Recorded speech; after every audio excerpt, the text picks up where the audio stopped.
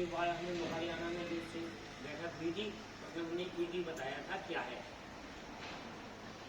पहला बिंदु क्या है कि कक्षा आवंटन 5 पॉइंट टूल किट में क्या है, कक्षा आवंटन क्या होना चाहिए कि जो कि अपना सत्र अपना प्रारंभ होते ही कक्षाओं का आवंटन हो जाता है कि किस आधार पर कक्षाओं का आवंटन हो, किस आधार पर विषयों का आवंटन हो। दूसरा पॉइंट है संदर्भ का आधार शिक्षण।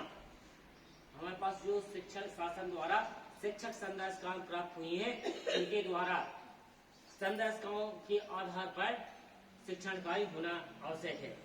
तीसरा पॉइंट है छात्रों का आकलन करके जो बच्चे अपने कमजोर हैं उन्हें उच्चात्मक शिक्षण रिमेडियल क्लास के अंतर्गत उनके चिन्हित करके उनको अलग से क्लास उनकी देनी है। चौथा पॉइंट है समुदाय सहभागिता अभिभावक संपर्क। समुदाय सहभागिता अभिभावक संपर्क निश्चित है कि अपने पास शिक्षक बैठक होती है, शिक्षक अभिभावक संपर्क बैठक पीटीएम बैठक होती है, विद्यालय में होती है और एसएमसी बैठक होती है। तो कोशिश होगा उनमें अधिक से अधिक जो बच्चे पढ़ते हैं उनके माता पिता को साथ में बुलाना बहुत ही आवश्यक है। बच्चों के द्वारा रसोइयों के द्वारा जैसे भी देखिए अपने उनको बुलाना बहुत ही आवश्यक है। हो सकता हो तो बच्चे की माँ को अधिक बुलाया जाए बच्चे की, क्योंकि बच्चे को गार्जियंस पिता को उतना समय बच्चों के साथ देने में अक्षम रहते हैं, लेकिन माँ घर पर रहती है तो माँ निश्चित है कि बच्चों का लाभ बच्चों की देखरेख अच्छी तरह से करती है। इसलिए बच्चों को बैठक में बच्चों की माँ को बैठक में बुलाना अति आवश्यक है। पांचवा है शिक्षक विद्यार्थी आत्मीय संबंध। शिक्षक विद्यार्थी आत्मीय संबंध जैसे कि अपने पास जैसे छोटे बच्चे उसमें चले अपने बाल वाटिका के अंतर्गत छोटे बच्चे अपने पास आ गए 3 साल 4 साल और 5 साल के बच्चे आ गए उनके साथ। तो कुछ बच्चे उनकी क्लास अलग लगी, लेकिन फिर भी कुछ बच्चे अपने विद्यालय में बच्चों के साथ उनके बहन भाई पढ़ते हैं उनके साथ में आ जाते हैं तो उन्हें बड़ी अच्छी तरह से प्रेम से बैठाना उन्हें बैठने दें। वे अपने भाई बहनों को देखकर ही बैठने की और बोलने की क्षमता सीखने में सक्षम रहते हैं। ये आपका 5 पॉइंट टूल किट हो गया। दूसरा पॉइंट है अपना आकलन। बच्चों को आकलन करना है तो जैसा निपुण लक्ष्य ऐप के द्वारा रीड एलोंग ऐप उनकी वीडियो जितने हैं बच्चों में जो अपनी आती है परीक्षा के अंतर्गत उनको दिखाना अति आवश्यक है बच्चों को, क्योंकि हम लोगों ने जो आकलन हुआ था हमारे साथ तो हमने एक ही पॉइंट डाला था बच्चों के अंदर कि यदि आपका शब्द उच्चारण पढ़ने में यदि बालक का शब्द उच्चारण और मात्रा का स्थान और अर्धाक्षर का स्थान यदि अच्छा है तो निश्चित है बच्चा उसमें एक्सपीरियंस करके उसमें सफल हुआ हुए वो बच्चे। इसलिए आकलन में रीड एलोंग ऐप और निपुण लक्ष्य ऐप का प्रयोग ज्यादा से ज्यादा करा है बच्चों में। तीसरा पॉइंट है दीक्षा ऐप एवं वीडियो।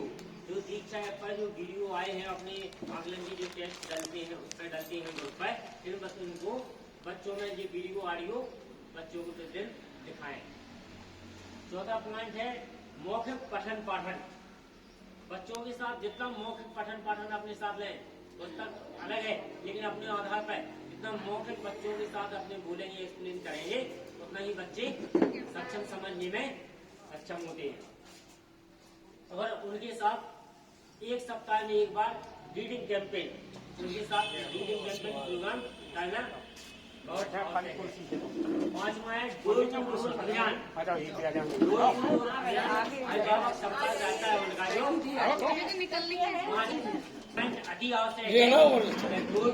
अभियान जो होता है अभिभावक संपर्क एक रजिस्टर उनको बनाना बहुत ही आवश्यक है। रजिस्टर में यदि बच्चों का नाम ग्रह संख्या छात्र का नाम पिता का नाम और कक्षा डाल गए माय मंथली डाल दिया जाए, मैं अप्रैल से लेकर सीधा मार्च तक डाल दिया जाए और जिस तारीख में अपन अभिभावक के घर जाए या अभिभावक विद्यालय में आए उसके हस्ताक्षर जरूर करा लें। यदि बच्चा नहीं आ रहा है तो उसी में जो मैंने बताया है कि उसका रीजन तक का लिख लें। मैंने बताया कि उसका रीजन तक का लिख लें कि बालक क्यों नहीं आ रहा है, मामा के यहाँ गया है या कुछ बीमारी में है या कहीं क्या कारण क्यों नहीं बच्चा आ रहा है, तो उसका उसमें अंकन बहुत ही जरूरी है।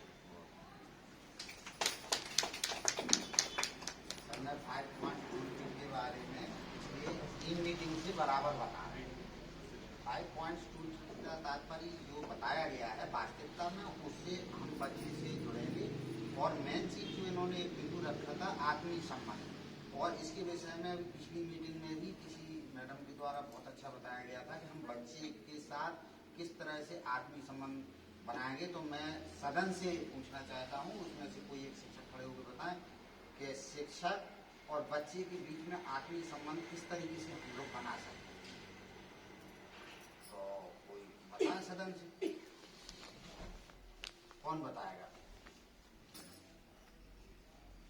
चलो आप बताओ।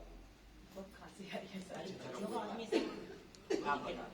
छोटी बच्ची नहीं उनको खांसी आ रही है, बता दें उनको।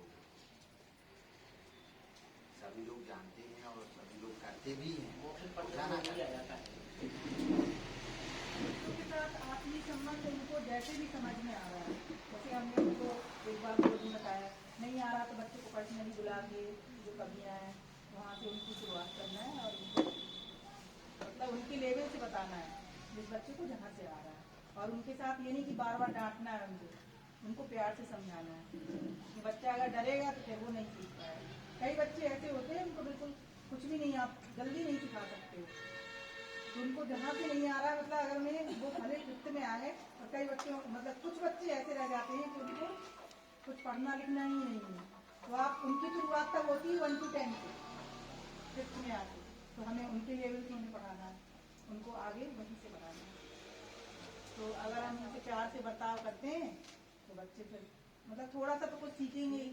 बाकी तो आपको लेके चलना है टारगेट कि हमें पूरा निपुण भारत का लक्ष्य पूरा करना है। इसमें हम एक बोलना चाहेंगे कि एक लेखक है जॉन ऑल्ट, उनकी बुक है विद्यालय से पलायन। अगर आपको यूट्यूब में वो बुक मिले तो आप उसको रीड जरूर करना। वो इस तरीके की बुक है कि जब आप इतने सारे उसमें आप पूरी बुक नहीं पढ़ सकते, लेकिन आपको उसके थोड़े थोड़े से पॉइंट्स जो है ना वो क्लियर करना, तो आपको बड़ा इंटरेस्ट लगेगा और आपको शायद इतनी मतलब आपका दिमाग ऐसा हो जाएगा कि आप कैसा भी बच्चा हो, चाहे इतना दिमाग वो पूरे दिमाग खाऊ बच्चा हो या पूरी क्लास को खराब कर देता हो, आप जैसे ही अंदर जाते हो और आप उसको ही देखते रहते हो, लेकिन उसमें इतने सारी कहते नहीं प्रैक्टिसेस है बच्चों को पढ़ाने के लिए कि जो आपके सबके आप लोगों की बहुत कामगार चीजें हैं।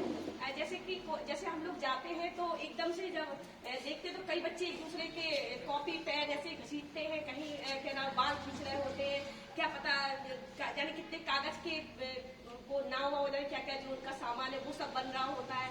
और आप ऐसे माहौल में एक शैक्षिक माहौल बनाने के लिए सोचिए, आपका मूड भी नहीं है, शायद आप घर से भी कोई टेंशन लेके आए हो, और उस समय आपको कितना प्रिपेयर होना पड़ता है उस चीज के लिए। तो वो प्रेजेंस ऑफ माइंड जो है ना वो आपको बहुत क्लियर करेंगी वो चीजें, और आप मेरी रिक्वेस्ट है आप उसको पढ़ना जरूर लीजिए। क्या बात है, जॉन ऑल्ट बहुत अच्छी बात कही है। शायद हम उन गतिविधियों से भी सीख सकें कि बच्चों का पलायन विद्यालय से क्यों हो रहा है। इसी जो MDM अपना चल रहा है